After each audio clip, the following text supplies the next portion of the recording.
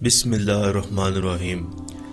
کہتے ہیں کہ ملک الموت نے بارگاہ رب العزت میں عرض کی، اے مولا کریم، میں نے کروڑوں لوگوں کی جانیں قبض کی ہیں، مگر 2 جانیں ایسی ہیں کہ جنہیں قبض کرتے وقت مجھے بڑا ہی صدمہ اور افسوس ہوا ہے۔ میں نے تیرے حکم کی تکمیل ضرور کی مگر نہایت ہی دکھ کے ساتھ، اور وہ 2 ایک ماں اور ایک بیٹا تھا۔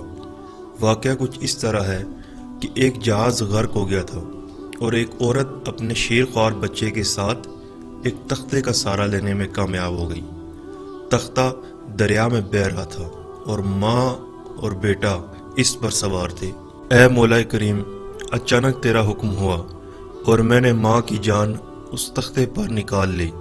میرے لیے پریشان کن بات تھی کہ ماں مر چکی ہے، اب بچے کا کیا حشر ہوگا، جو ایک ٹوٹے ہوئے تختے پر سوار ہے اور تختہ ہر آن پانی کی لہروں کے پیڑے کھا رہا ہے، جو کسی بھی وقت تیز لہر کی زد میں آ کر الٹ سکتا ہے۔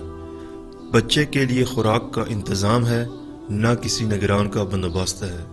دریا کے کنارے دھوبی کپڑے دھو رہے تھے، اچانک کسی کی اس بچے پر نظر پڑی تو تختے کو کھینچ کر لائے۔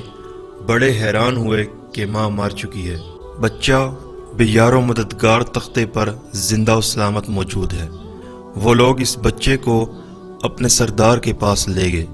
سردار بیچارہ بے اولاد سردار خوبصورت بچہ دیکھ کر اس پر اس کا دل آ گیا اور سردار نے بچے کو اپنی نگرانی میں لے کر اسے اپنا بیٹا بنا لیا۔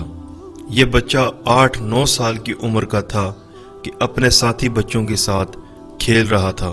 اتنے میں بادشاہ وقت کی سواری کی آمد کا شور اٹھا، سب لوگ ادھر ادھر بھاگ گئے مگر یہ بچہ سڑک پر اکیلا کھڑا رہا۔ بادشاہ کی سواری گزر گئی، اس کے پیچھے اس کا عملہ پیدل آ رہا تھا۔ اس میں سے ایک سپاہی کو رستے میں سے سرما کی ایک پڑیا مل گئی۔ اتفاق سے اس بچے کی نظر بہت کمزور تھی اور سرمے کی اسے بہت ضرورت بھی تھی، لہذا اس نے وہ سرما بحفاظت اپنے پاس رکھ لیا۔ آنکھوں میں لگانے سے پہلے اسے خیال آیا کہ وہ سرما کوئی تکلیف نہ پہنچائے، لگانے سے پہلے کسی دوسرے پر آزما لینا چاہیے۔ قریب ہی وہ بچہ کھڑا تھا، اس نے اس بچے پر آزمانا چاہا۔ بچے نے سرما اپنی آنکھوں میں لگا لیا مگر جو ہی سرما اس نے لگایا، اسے زمین کی تہہ میں موجود چیزیں بھی نظر آنے لگیں۔ اس نے دیکھا کہ زمین کے اندر بہت بڑے خزانے پوشیدہ ہیں۔ بچہ ہوشیار تھا، اس نے چیخنا چلانا شروع کر دیا کہ سرما لگانے کی وجہ سے میری آنکھوں میں سخت تکلیف پیدا ہو گئی۔ وہ سرمے کی پڑیا گرا کر چلے گئے۔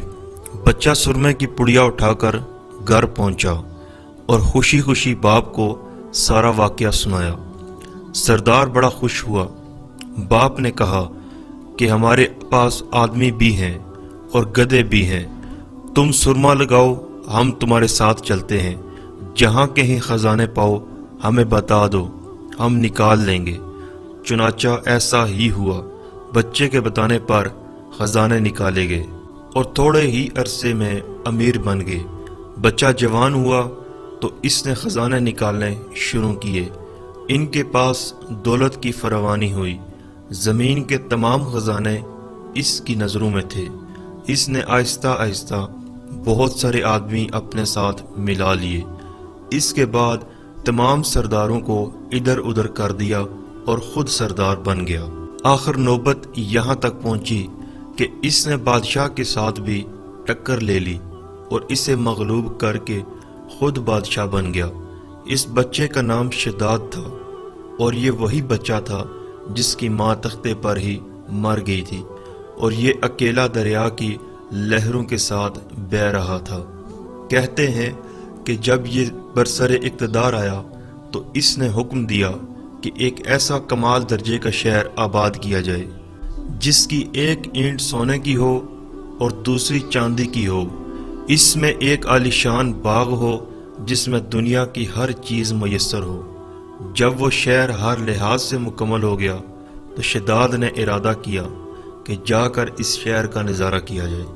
چنانچہ وہ شہر کو دیکھنے ابھی دروازے تک ہی پہنچا تھا کہ ملک الموت کو حکم ہوا اور اس نے وہیں اس کی روح قبض کر لی۔ اسے اتنا موقع بھی نہ دیا کہ اپنے بے مثال باغ کو ایک نظر دیکھ سکتا۔ ملک الموت نے کہا کہ ہے مولا کریم، اس شخص کی روح قبض کرتے وقت بھی مجھے نہایت ہی صدمہ پہنچا کہ وہ شخص ہر چیز تیار کر کے اسے دیکھ بھی نہ سکا۔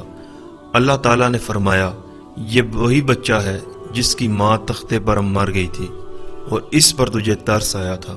اس بچے نے بڑے ہو کر نافرمانی کی، خدا کے حکم سے بغاوت کی اور سرکشی اختیار کی، مگر ہم نے اسے خود ساختہ جنت میں قدم رکھنے کی مہلت بھی نہ دی اور اسے باہر ہی ہلاک کر دیا۔ اس جنت کے بارے میں مشہور ہے کہ وہ دنیا میں موجود ہے مگر انسان کی نظروں سے اوجھل ہے۔